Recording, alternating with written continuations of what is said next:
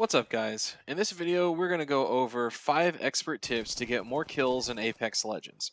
I finally feel like I've played the game long enough to where I can make a video like this. I've put a lot of thought into these tips, and I'm confident that these are the initial things all players need to get down to advance their gameplay to the next level. I will say that this game is obviously very different from CSGO. It's possible for the support role in CSGO to be very impactful and important. It's not really the case in Apex. In Apex, everyone needs to be a fragger with great aim and movement for your team to be successful. Support players don't really have a meaningful impact in Apex games. Sure, there are support players you can play as, but if you can't get kills while you're playing as these characters, you're basically useless to your team 90% of the time. Anyway, with that being said, let's dive into the tips. Number 1, improve your movement and aim tracking. Very obvious, but it needs to be said.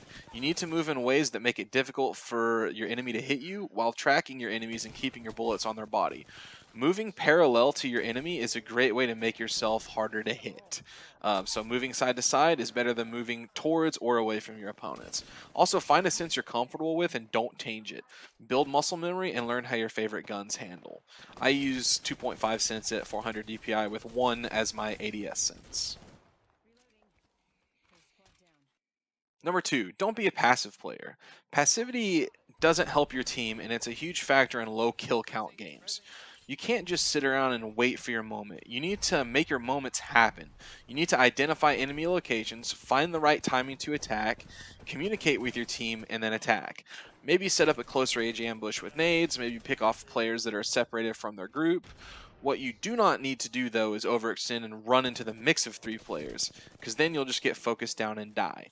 Learning how to do this effectively and learning the timing on this, it's not easy, but it's important for you to be able to identify when you're being too passive and not making frags happen. Like in this clip, I know enemies aren't looking at me, so it's okay for me to run in behind them and get the kills. Just sitting back and not doing much and kind of waiting for a moment isn't going to help there. So yeah, that basically sums up that tip. Just don't be too passive. You've got to make your moments happen. Here I know they're shooting my teammates, not looking at me, so I'm just going to run in with the R99 and burst them down. R99 is really good for this type of fight. I'm in a small room, close quarters. Very advantageous for me since they weren't looking at me. Number 3, don't shoot too soon. This is the number 1 beginner mistake I see. So in this clip, I see 3 enemies, and right now I could start shooting. I'd probably break a shield, maybe down 1 player, but that's about it. Instead, to take down the whole squad, I'm going to set up a nade ambush and reposition to where I kind of trap them and where they're stuck in this spot at this like choke point right there. So like, don't give your position and don't lose a chance to ambush. That's the number 1 thing.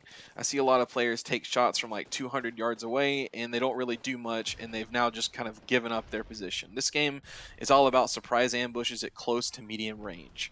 So you don't need to open up a fight until your teammates are in position and you're set up to have a nice advantageous fight where you can reduce their numbers systematically and wipe the squad.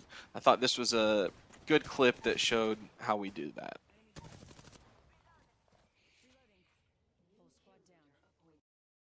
Number 4, improve your positioning. This is a concept that carries over well from CSGO. What you're trying to do is isolate your angles to where you're only fighting 1 enemy at a time. You don't want to fight a 1v2 or 1v3 unless you have a big advantage, like you're behind them and they don't know you're there. This clip is a good example of great positioning and timing that me and my teammate make. I make contact from far away, they look at me, then my teammate attacks. I attack, they look at me, and then my teammate attacks. And I'm keeping high ground, keeping the advantage, being able to shoot down onto them. Number 5, do not loot for too long. This is the last tip, and it's very, very important for new players. Huge mistake that I see. That gunfight that you just won made a lot of noise, and there's a good chance another team is coming to third party you. You don't want to get caught standing over a loot box when they come. Understand what you need to prioritize. In order, it's ammo, armor, healing, and mods. Know when enough is enough for ammo. Light weapons generally need more ammo, but you'll rarely shoot over 300 rounds in a fight.